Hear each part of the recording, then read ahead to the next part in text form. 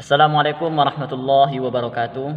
Alhamdulillah, puji syukur pada Allah Subhanahu wa taala atas semua kenikmatan yang luar biasa yang Allah berikan kepada kita semua.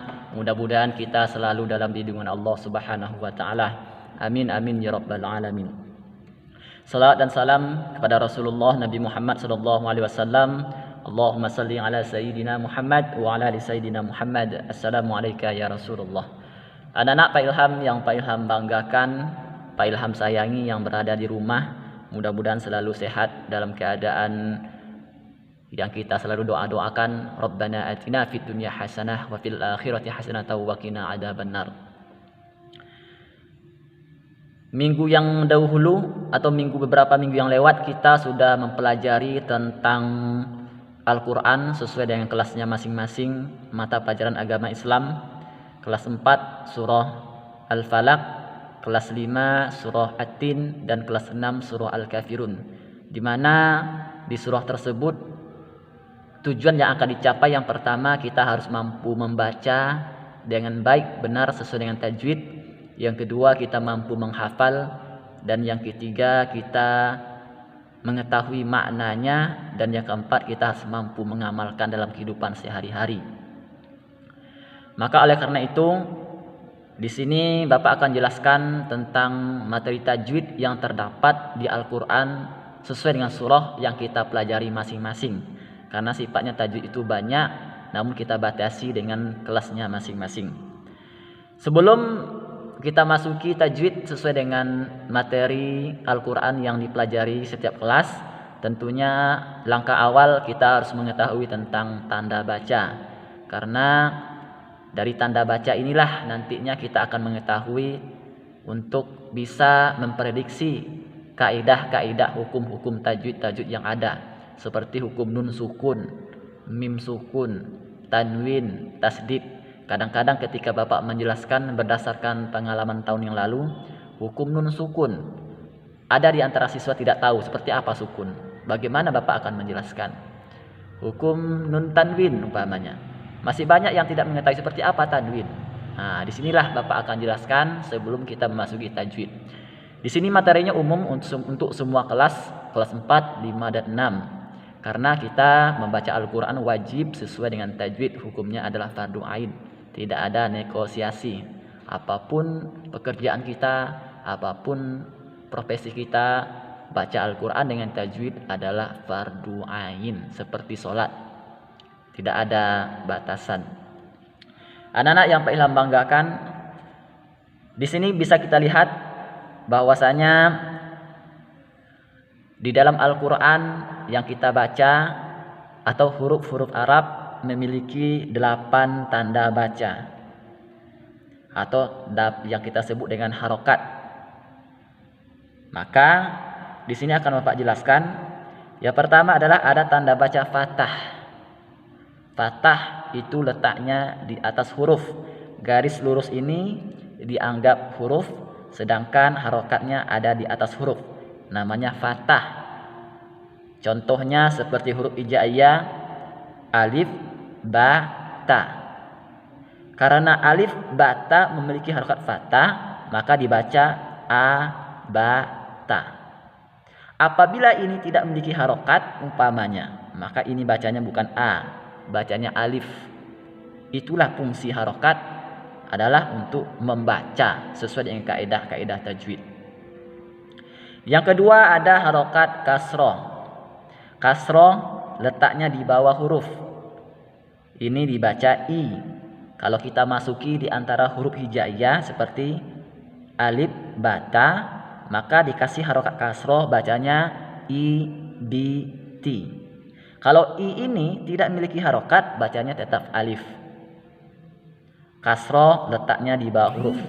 Yang wajib dihafal adalah simbol-simbol bentuk huruf ini, biar tahu mana yang fathah, mana yang kasroh.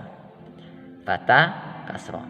Yang ketiga ada tanda baca harokat dhammah.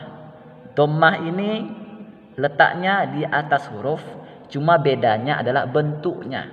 Kalau dhammah dia berbentuk seperti huruf waw yang terdapat di huruf hijaiyah, bacanya adalah u. Apabila terdapat di huruf hijaiyah berharokat dhamma, maka bacanya ubutu. Ubutu. Seperti tadi, kalau alif harokat fathah bacanya a, alif harokat kasroh bacanya i, alif harokat dhamma bacanya u. Besok Bapak tanya, mana harokat dhamma? Ini dhamma lah bentuknya ini, seperti huruf waw. Nomor 4 ada namanya fatatain. Nah, ini hampir sama dengan fathah.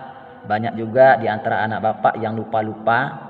Ya intinya hafal yang 3 ini. Kalau tahu fathah, insya Allah tahu fatatain. Kuncinya cuma 1. Kalau fathah barisnya 1, kalau fatatain barisnya 2. Fathah, fatatain. Dibaca an, dari a menjadi an. Seperti an, ban, tan. Ingat, fatatain baris 2 yang berada di atas, sama seperti fathah, cuma bedanya adalah bentuknya, garisnya, dan cara bacanya. Yang kelima ada tanda baca kasrotain. Nah, sama dengan kasroh. Kasroh tadi letaknya di bawah 1.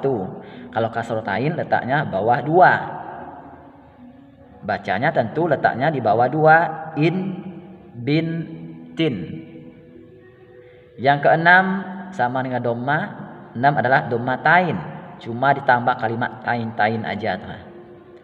Nah, dhammatain dibaca seperti huruf hijaiyah un, bun, tun. Titik-titik ini maksudnya masih banyak huruf-huruf yang lain. Anggap aja masih banyak yang lain lagi. Yang ketujuh adalah tasdid. Tasdid seperti huruf W. Yang kedelapan adalah sukun. Sukun ini mati. Jadi ketika kita baca Al-Quran, hukum nun sukun umpamanya. Ini contohnya sukun itu. Bukan hukum nun mati. Paham ada Bapak semua? Nah, Bapak ulangi. Fathah letaknya di atas huruf 1, harokatnya. Kasroh letaknya di bawah. Dhamma seperti huruf waw. Fatatain 2 di atas. Kasrotain 2 di bawah. Dhammatain 2 di atas namun berbentuk huruf waw. Yang ketujuh tasdid. Yang kedelapan adalah sukun. Sekarang kita contoh dalam kalimat Bismillahirrahmanirrahim. Huruf ba ini berharokat. Kalau bawah apa tadi? Kasroh. Kasroh. Sin dia memiliki harokat sukun. Bagus. Mi harokat kasroh lagi. Allah harokat tasdid. Hi harokat kasroh. Ro harokat tasdid. Memang ro ini bentuknya 2, ada yang fathah, ada yang tasdid. Ha berharokat sukun. Ma harokat letaknya di atas fathah. Ni letaknya di bawah kasroh. Ar-roh berbentuk seperti huruf W tasdid. Hi letaknya bawah 1 kasroh. Ya sukun. Mi kasroh. Jadi di sini bisa kita pahami kasroh, sukun, kasroh, tasdid, kasroh, tasdid, sukun, fathah, kasroh, tasdid, kasroh, sukun, kasroh. Artinya semua anak Bapak wajib menghafal tanda baca, 8 tanda baca di Al-Quran ini. Itu yang Bapak sampaikan, wajib dihafal agar Bapak bisa menjelaskan materi-materi selanjutnya. Assalamualaikum warahmatullahi wabarakatuh.